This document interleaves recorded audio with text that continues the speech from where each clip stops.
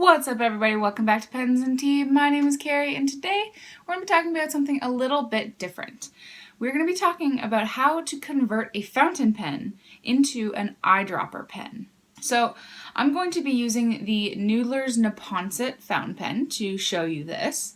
Ordinarily, let me scoot a little closer, when you unscrew the lid to reveal the nib and you unscrew the body, you are going to have a little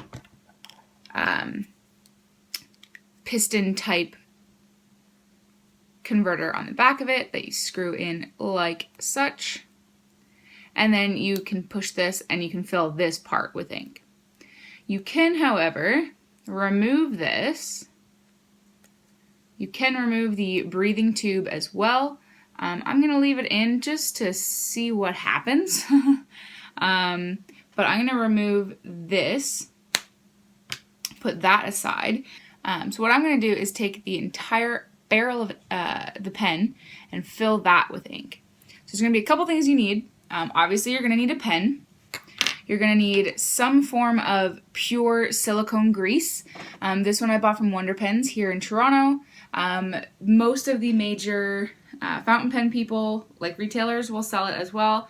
You can also pick it up in your local hardware store.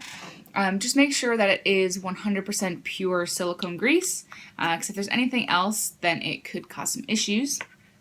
You're going to want to have some sort of like syringe. This is a blunt-tipped syringe that, is specific. Well, it's not specifically made for ink, but most blunt tips would work very well for ink. You can usually, again, a lot of retailers will sell these, but you can pick them up pretty much any craft store, anything like that. And then, of course, in order to use a fountain pen, you need a bottle of ink. I'm going to be using Pilot Iroshizuku Yamabudo for today's demonstration. And that is basically all you're going to need. So I'm going to flip the camera around and show you how to do it. So I'm going to put the cap aside because I don't need that. And I'm actually going to put the barrel aside for now because I don't need that. What you do need is the nib unit. And I'm just going to put a small amount of silicone grease on my fingers here.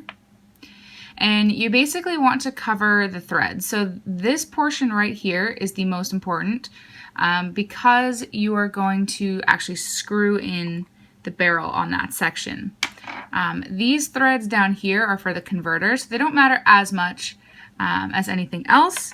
And I totally just got silicone grease on my bottle of ink.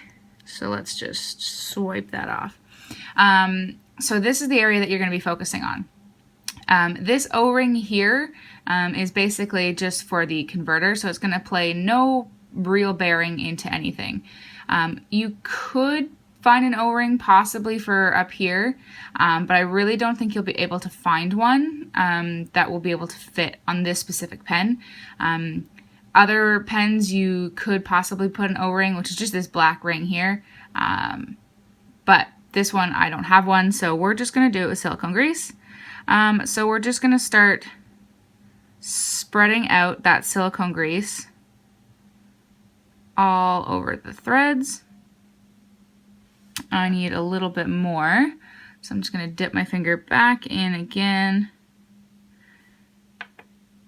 This, by the way, I have had for over a year and a half, and I mean it's still full. So you buy one tube of silicone, and you're going to have it basically until it gets disgustingly dirty, which it really shouldn't. So you're basically going to have it forever. I don't know if there's an expiration date on them.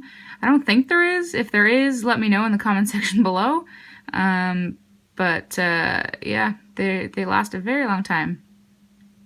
So once this thing is fully lubed up, you can temporarily put it aside, and instead just put it somewhere that like doesn't have, anything that you don't want to necessarily get silicone grease on.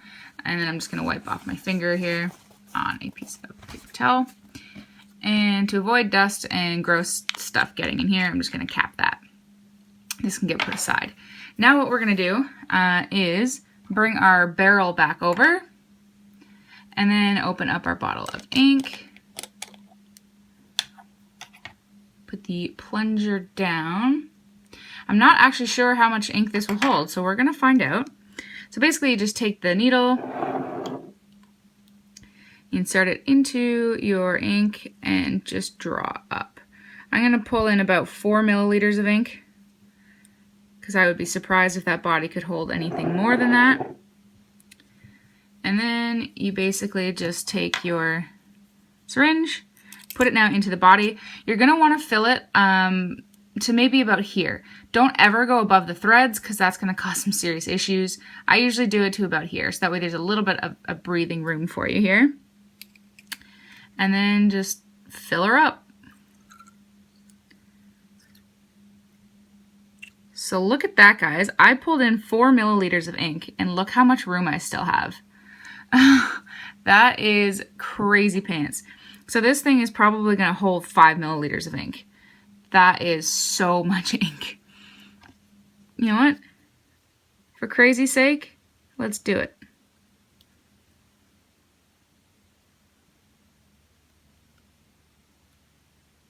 So there's a teeny bit left that I'll shoot back into the bottle. So guys, that is 5 milliliters of ink. Holy smokes. Cap that back up. We can now get rid of that.